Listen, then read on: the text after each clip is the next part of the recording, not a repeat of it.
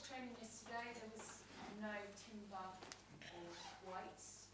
How are both today? Will they make the weekend or not? Yeah, we had to modify training for a lot of players. We've done the same today because of the load that they had. So it's a decision to make this afternoon whether to involve them, yes or no. Are they close to being involved? Yeah, they are close. Yeah, and Tomiyasu as well is quite close to be involved. So good news. In terms of maybe a longer term, Zinchenko and Odegaard, where are they at? Because I know things change quite quickly, don't they? Alex probably after the international break, if everything goes well, is progressing really well. And Martin, very difficult because I expected to still with the boot and a lot of things, and he's working so hard and he's feeling good and he's pushing it. So difficult to give a timeline. Okay. Last week before the Leicester game, you told us that you'd written lots of, or you've got the players to write lots of words ahead of the Leicester game to make sure they were focused and there were no slip-ups. I wonder how much you've had to reinforce that, because it's another game after another big week where you simply can't afford to drop any points, can you? Yeah, we know the significance of the match, the difficulty of the match. Obviously, last week it was proven the tough schedule that we have, and that any opponent can cause you problems. And even when you think that the game is under control, the game can get out of your hands immediately. So it was a good thing probably to happen the way it ended up. And we know the quality of Southampton, in my opinion, a team that is extremely well coached, that they have a very clear philosophy. They've been very unlikely, not to have many more points, because there were moments in the game that they were far better than the opponent. And in some moments they got the results away from them, and it will be very tough. And in terms of their manager, he's clearly got a very strong vision and he doesn't want to come away from that vision. When you arrived, you knew what you wanted your team to look like, and you stuck by it through really tough times, and I guess it's paid off for you, and sometimes it will pay off in the end. It's a hard balancing act, isn't it? Yeah, but I love that kind of behavior. At the end, you have to do what you feel, and he's proven that his philosophy is extremely successful. What he did with Swansea, what he did with Southampton. I think last year there were 25 games unbeaten. It was a joy to play that towards that team play. The same with Swansea, and that's it. And for what I've seen, they deserve much more than what they have already. But this is the Premier League, and the small details are so important to get results. Just finally, Ramsdale is back. I wondered if you'd spoken to him at all since his move? Yeah, obviously I called him straight away after I got the news at the end, and he was really happy. He's a player that we loved a lot, that very charismatic, that he really put his fingerprints here at the club in the way that he was, and yeah, it will be very good to see him. Thank you. Vi from the Premier League. Yeah, good afternoon. Hi. I wanted to ask about the unbeaten run this season in all competitions, and of course in the Premier League, because you are just one of two teams alongside City who remain unbeaten. I know you had some really good words to say about your side after the win over PSG as well. How important is that unbeaten run in terms of the momentum and confidence of this side? And do you feel that your team are becoming this sort of fearless side who can take on any team and take on any challenge? Well, that's what we are trying to do. Obviously, we had a really difficult fixture list after the international break. On top of that, a lot of unpredictable things happened in terms of injuries and players not being available. But we adapted. We look forward. I think we competed really well in all games. For sure, there are aspects that we have to still improve, but we are showing a lot of consistency, a lot of adaptability in the way that we can play and win games. And I think these are all very positive signs, but it's very early in the season still. You also, after the PSG game, praised Kai Havertz for obvious reasons. I mean, tomorrow, if he plays, which we assume he will, he'll make his 200th appearance in English football. He's obviously scored 6 goals, I think, in his last 6 home games. So why do you think we're seeing that consistency from him and that sort of understanding of his role on the pitch? First of all, because he's so good, because he wants it so much, and because he's surrounded by great players around him. And the fact that obviously he's gone through some difficult moments, I think he's just made him a better player and a better person, I think. Finally for me, tomorrow if you win,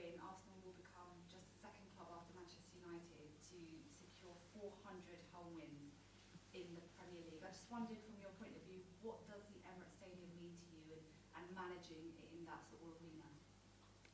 Huge privilege. Every time I'm sitting there and I'm surrounded by the players, our supporters, and being part of that incredible atmosphere. You know, it makes me proud that we have built something really special here, that our people feel proud of, that the players enjoy what they do, and hopefully we can continue to win a lot of football matches.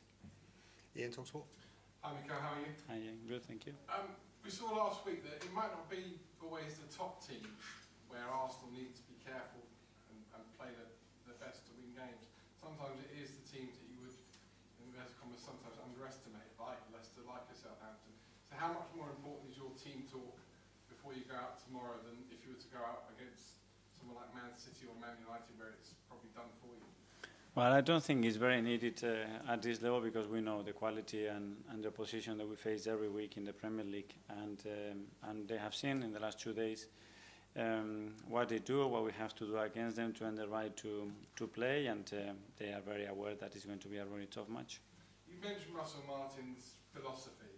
Can it be also the downfall of a manager not to be able to adapt? I mean, you certainly adapted. I think Arsenal don't play just one style of football, one philosophy of football.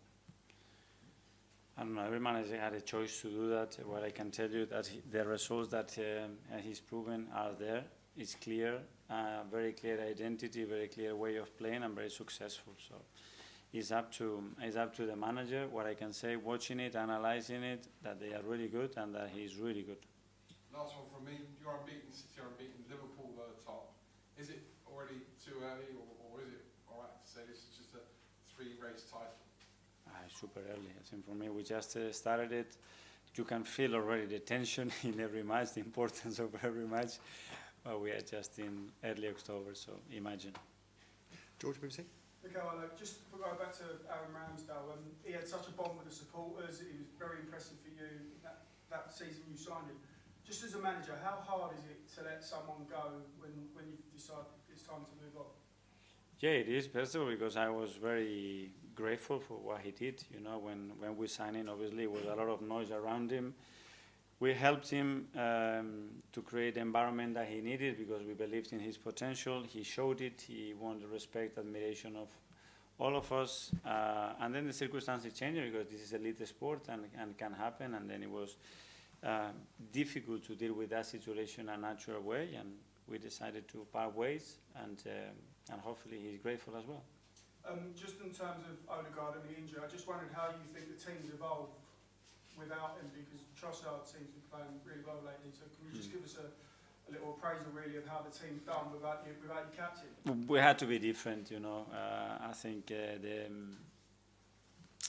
impact that Martin has in everything that we do, it was too big to try to replicate it with one player, you know. And we tried to do it in a different way, adapting a few things and playing in players' qualities, players that can play in spaces, positions, and with the right chemistry around them. And maybe it took a game or two, and then everything started to flow a bit better. But I think we find a way.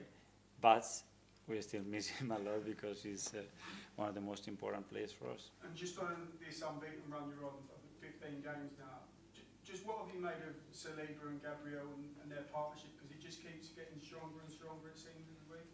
Yeah, obviously they are incredibly important for us, but I think the team has built that consistency and that capacity to win matches, because the 11 players are so committed in every phase of play, and they have this hunger and desire to compete for every ball. Thank you. Stephen. Hi. Everyone's talking about this brilliant unbeaten run, brilliant run of form that you're on.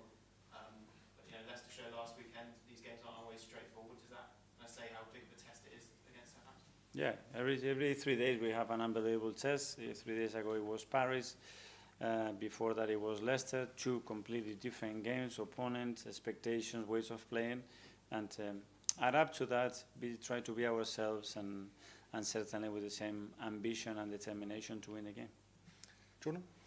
Mikel, just going back to Martin, obviously there was a bit of concern about the creativity when he was out, but Trossard and Havertz playing as more of a front two. Is that something that you have considered switching the system like that, or has that just been enforced? Yeah, especially because I think we have to put players in positions and qualities that they can feel it, that they are in their strengths, and try to hide our weaknesses as much as possible. So without Martin, we have other things that we cannot do, but as well we are a bigger threat in other areas, and we have to make the most out of that. So has it made you more direct, do you think? Sorry? Has it made you more direct? In certain games, yes, but I don't think it was because of Martin, more because of the behavior of the position. And just on Kai, you know, you've always spoken about, you know, you might not have a 30-plus goal striker in the squad, that it's about sharing the load. He's got 6 in his last 6 at home. You can see the confidence in him now. Do you think that he could potentially be that player that does get 20-odd goals a season? He certainly has all the qualities, and he certainly has the ambition to do that. At the end, scoring goals sometimes are very small details, and a lot of things have to go for you, but he's got it, and his mindset has changed a lot in regards to that, and he certainly has the ability to do it, in my opinion. Okay, last couple in the live, Kaya. Mikel, last international break, you lost Martin and some important players. I was wondering, yeah, exactly. Players after the international break, you know, about that kind of stuff happening again. Yeah, I prefer not to watch the games, nor listen to nothing, and just pray that everybody is going to be fine, because the last one, it was a really difficult one to handle in many ways. Do you think it's a bad idea to have these? There's so many international breaks in this first part of the season. It feels like every time we get going, until we get the momentum going, the international break just comes and stops that. What are your thoughts on that? It's been like this for years. We're not going to change that. It's part of the duties that they have, all the European teams, South Americans as well, is the same thing. But yeah, we have to adapt to that and hopefully be healthy. Sir Alex used to have a thing where maybe if players were sort of on the verge of injury, maybe encourage them to not go off just because he's trying to achieve big things at club level. I wonder if you ever had a similar conversation with any of your players before they go off? Well, first of all, the players have to be healthy to go to the national teams, but when they are, all of them, when I spoke to him, they all want to be part of that. And it's normal, you know, it's a huge privilege to represent your country. They all want to be involved, they all have their role, they don't want to lose it, and you have to understand that as well. Charles? I suppose I was about Thomas. He started every single game this season, including 2 for Ghana during his national break. He finished last season and started 5 in a row. After such a difficult time for him injury-wise last season, for the majority of it, how pleasing is it to see him fit, healthy, and available all the time right now? It must be a real boost. Yeah, it's very important. He's a massive player for us. He's shown that week in, week out. He's started the season really well, really fit. The way he came back already post-holidays, he was probably in the best condition that he's been, so that was really helpful as well. And now he needs to continue to do that. We have managed certain minutes of him in the right way, and the team is doing that, and then he's doing everything he can as well to be in the best physical condition. I thought Tuesday was arguably his best performance this season on the ball, but off it as well. He just looked very, very fit, very strong.